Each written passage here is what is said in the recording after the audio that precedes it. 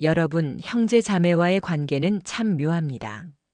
어릴 땐 세상에서 가장 가깝고 믿음직한 존재였지만 시간이 지나면서 때로는 경쟁자가 되기도 하고 때로는 어색한 사이가 되기도 하죠. 혹시 이런 적 있으신가요? 정말 아무 의도 없이 했던 말 한마디가 형제 자매의 마음에 큰 상처를 주었던 경험이요. 혹은 서로를 누구보다 잘 안다고 생각했는데 어느 날 느닷없이 관계가 어긋나 버렸던 순간 말이죠. 김영호님은 평생을 형님과 가깝게 지냈습니다. 그런데 몇 년 전 부모님 유산 문제로 형님과 솔직한 이야기를 나누다가 서로의 감정이 상하고 말았습니다. 나는 내가 더 많이 가져간 줄 알았어. 형님이 툭 던진 이 한마디는 김 선생님의 마음에 깊은 상처를 남겼습니다. 어릴 적부터 함께 자라며 의지했던 형제였는데 이제는 전화 한 통조차 어렵게 느껴집니다. 또 다른 사례로 박은수님은 동생과 대화 중에 무심코 부모님에 대한 불만을 털어놨습니다. 엄마가 너만 챙긴 것 같아서 늘 서운했어. 이 말을 들은 동생은 그게 말이 돼? 나도 힘들었어. 라고 반박했고 그 이후 두 사람은 만날 때마다 어색한 분위기만 감돌았습니다. 이처럼 아무 의도 없이 내뱉은 말이 형제자매와의 관계를 크게 흔들어 놓는 경우가 종종 있습니다. 사실 형제자매는 오래된 친구와도 같아서 편하기도 하지만 그만큼 쉽게 상처를 주고받을 수도 있습니다. 그럼에도 불구하고 나이가 들수록 형제자매는 우리가 끝까지 의지할 수 있는 소중한 존재인데요. 이 관계를 더 돈독히 유지하려면 무엇을 말해야 할지, 또 무엇을 말하지 말아야 할지 아는 것이 중요합니다. 오늘 영상에서는 형제자매 사이에서 절대 말해서는 안 되는 5가지 비밀에 대해 이야기해 보려 합니다. 이 5가지는 단순한 사소한 비밀이 아니라 관계를 평화롭게 유지하기 위해 반드시 지켜야 하는 중요한 지침입니다. 영상을 끝까지 보신다면 형제자매와의 관계를 한층 더 따뜻하고 건강하게 만들 수 있는 방법을 알게 되실 겁니다. 첫 번째, 재산 문제에 대한 속사정. 재산 문제는 형제자매 사이에서 가장 민감하고 복잡한 주제 중 하나입니다. 어릴 때는 단순히 부모님이 사주는 용돈이나 장난감을 놓고 다퉜을지 모르지만 나이가 들고 재산이라는 현실적인 문제가 얽히면 그 갈등은 훨씬 더 커질 수 있습니다. 특히 유산 분배, 개인의 재산 상황, 부모님의 경제적 상태와 같은 구체적인 이야기는 형제자매 사이의 갈등을 촉발할 가능성이 매우 큽니다. 예를 들어 부모님이 남겨주신 유산을 어떻게 나눌지에 대해 솔직하게 논의하려다가 오히려 서로의 입장 차이로 인해 오해와 감정적인 상처를 남기게 되는 경우가 많습니다. 내가 더 많이 받았잖아. 같은 말 한마디가 상처가 되어 오랜 형제애를 흔들어 놓을 수 있는 것입니다. 또 다른 예로 부모님의 경제적 상황을 두고 형제자매 간의 다툼이 벌어지는 경우도 있습니다. 나는 엄마 병원비를 다 부담했는데 너는 뭐 했어? 라며 책임을 묻는 순간 서로에 대한 원망과 불만이 쌓이게 됩니다. 특히 한쪽이 더 많은 경제적 지원을 했다거나 부모님과 가까이 살면서 더 많은 역할을 했다고 느낀다면 이런 감정은 더욱 깊어질 수 있습니다. 재산 문제는 단순한 금전의 문제가 아닙니다. 그것은 형제자매 간의 신뢰와 애정, 그리고 부모님과의 관계에서 비롯된 감정들이 얽혀 있는 복잡한 문제입니다. 따라서 이런 주제는 필요 이상의 세부 사항을 공유하지 않고 신중하게 다루는 것이 중요합니다.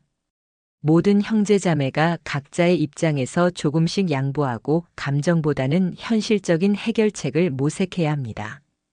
돈은 없어도 다시 벌 수 있지만 형제자매와의 관계는 한번 틀어지면 회복하기 어렵습니다. 돈보다 소중한 형제자매 간의 유대를 지키기 위해 재산 문제에 대해선 더욱 신중하고 조심스러운 태도를 가져야 합니다.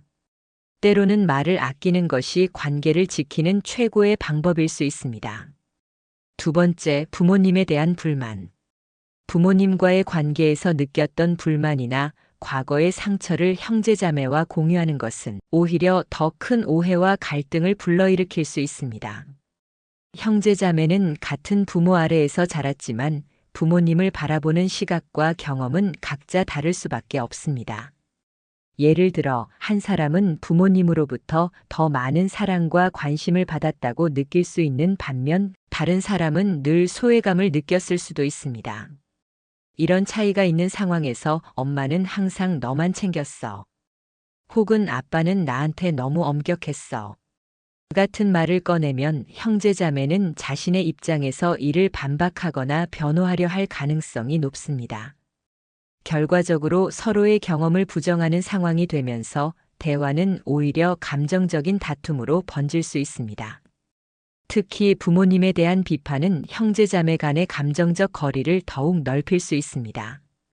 부모님에 대해 불만을 표현하는 순간 상대방이 그것을 인정하지 않거나 반대 의견을 내놓으면 내가 이렇게 느끼는데 왜 이해해주지 못할까? 라는 서운함이 생길 수 있습니다. 이는 단순히 부모님에 대한 불만에서 끝나는 것이 아니라 형제자매 간의 신뢰를 약화시키는 결과를 초래할 수 있습니다. 이런 주제는 가능한 한 스스로 정리하는 것이 가장 현명합니다. 부모님에 대한 감정은 각자의 내면에서 해결해야 할 문제이며 이를 형제자매와 공유하는 것이 반드시 위로나 공감을 가져다 주지는 않습니다. 오히려 서로의 관점을 이해하지 못해 더 큰 갈등을 초래할 가능성이 높습니다. 형제자매와의 관계를 평화롭게 유지하기 위해서는 부모님에 대한 이야기를 나눌 때 긍정적인 부분에 초점을 맞추는 것이 좋습니다. 예를 들어 부모님의 희생이나 노력에 대한 이야기를 나누며 서로 공감대를 형성하는 것이 더 건강한 방법입니다.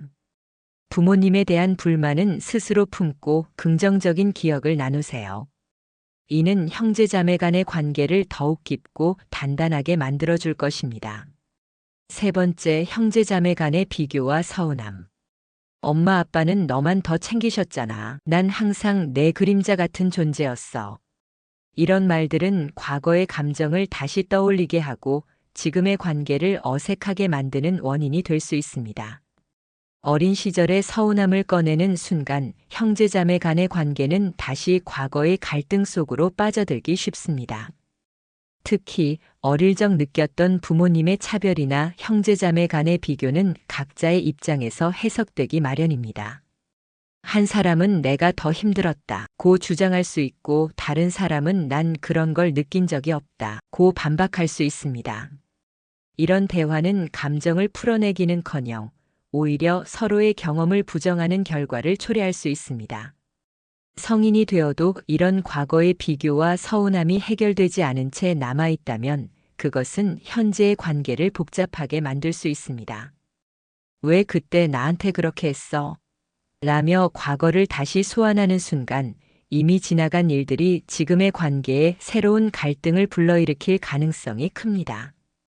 형제자매 간의 관계를 건강하게 유지하려면 과거의 서운함이나 비교 대신 현재의 관계를 발전시키는 방향으로 대화를 이끌어야 합니다. 예를 들어, 우리 어릴 때 참 힘들었지만 지금 이렇게 지내니 참 좋다. 와 같이 긍정적인 방향으로 대화를 전환하는 것이 중요합니다. 과거의 상처를 떠올리기보다는 지금 함께하는 시간을 소중히 여기며 서로를 이해하는 태도가 필요합니다. 비교와 서운함은 과거에 묻어두고 현재의 관계에 집중하세요. 형제자매는 인생에서 가장 오래된 동반자이자 앞으로도 함께할 소중한 존재입니다. 지금의 관계를 더 단단히 하고 싶다면 과거의 서운함을 내려놓고 서로의 존재를 인정하며 나아가는 것이 가장 현명한 방법입니다. 네 번째, 개인적인 실패나 약점. 형제자매에게 자신의 실패나 약점을 지나치게 솔직하게 털어놓는 것은 때로는 자신을 불리한 상황에 놓이게 만들 수 있습니다. 형제자매는 우리에게 가장 가까운 사람이지만 모든 것을 있는 그대로 공유한다고 해서 항상 긍정적인 결과를 가져오는 것은 아닙니다. 예를 들어 경제적인 어려움에 대해 솔직하게 말하면 형제자매는 걱정을 하거나 때로는 너도 절약 좀 해라. 이렇게 하면 해결될 거야. 와 같은 불필요한 조언을 하며 간섭하려고 할 수 있습니다.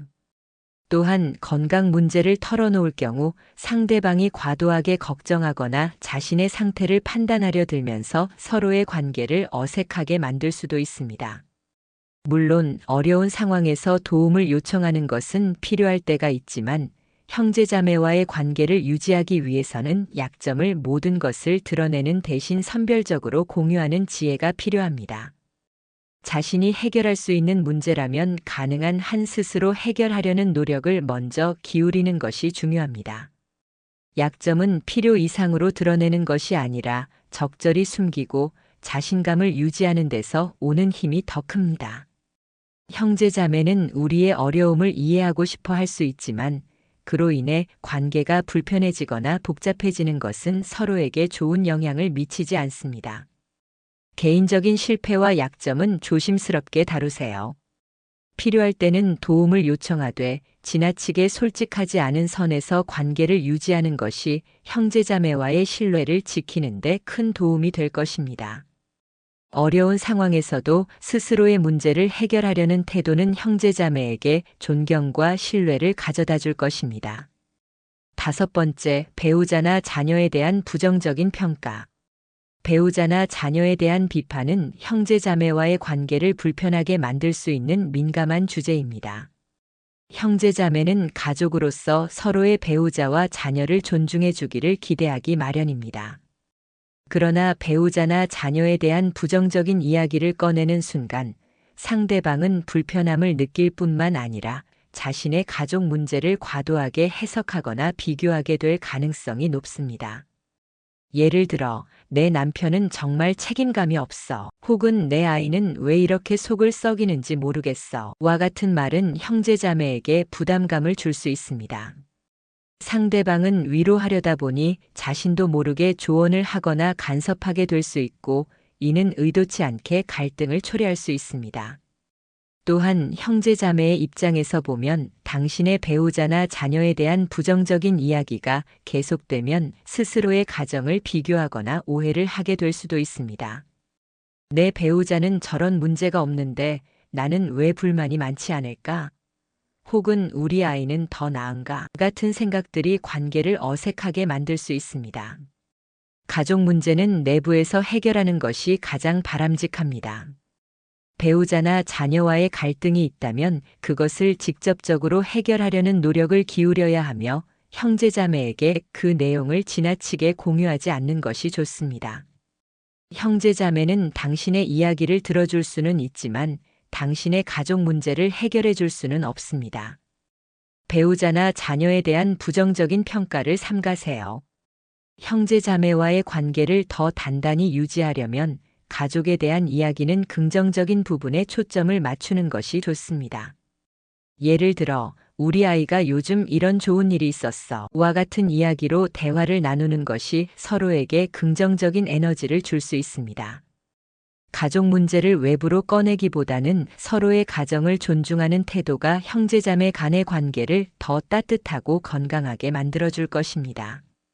여러분, 형제자매는 우리가 인생에서 가장 오랜 시간을 함께한 동반자입니다. 때로는 친구처럼 의지하고 때로는 가족이라는 이유로 너무 쉽게 상처를 주고받기도 하지만 결국 우리가 끝까지 함께할 수 있는 가장 특별한 관계 중 하나입니다. 오늘 말씀드린 5가지 비밀을 마음에 새기고 형제자매와의 관계를 더욱 평화롭고 따뜻하게 유지해 보세요. 때로는 우리가 하지 않은 말이 관계를 지키는 큰 힘이 될 수 있습니다. 지나간 일은 묻어두고 지금의 시간을 소중히 여기며 서로를 존중하는 것이야말로 나이 들어갈수록 중요한 지혜입니다. 여러분도 혹시 형제자매와의 관계에서 비슷한 고민이나 경험이 있으셨나요? 댓글로 여러분의 이야기를 나눠주시면 다른 분들과 함께 공감하고 배우는 시간이 될 것 같습니다. 끝까지 시청해 주셔서 감사드리며 앞으로도 여러분의 노년이 더 행복하고 지혜로워질 수 있도록 좋은 이야기로 찾아뵙겠습니다. 구독과 좋아요, 알림 설정 잊지 말아주세요. 그럼 다음 영상에서 뵙겠습니다. 건강하고 행복한 하루 보내세요.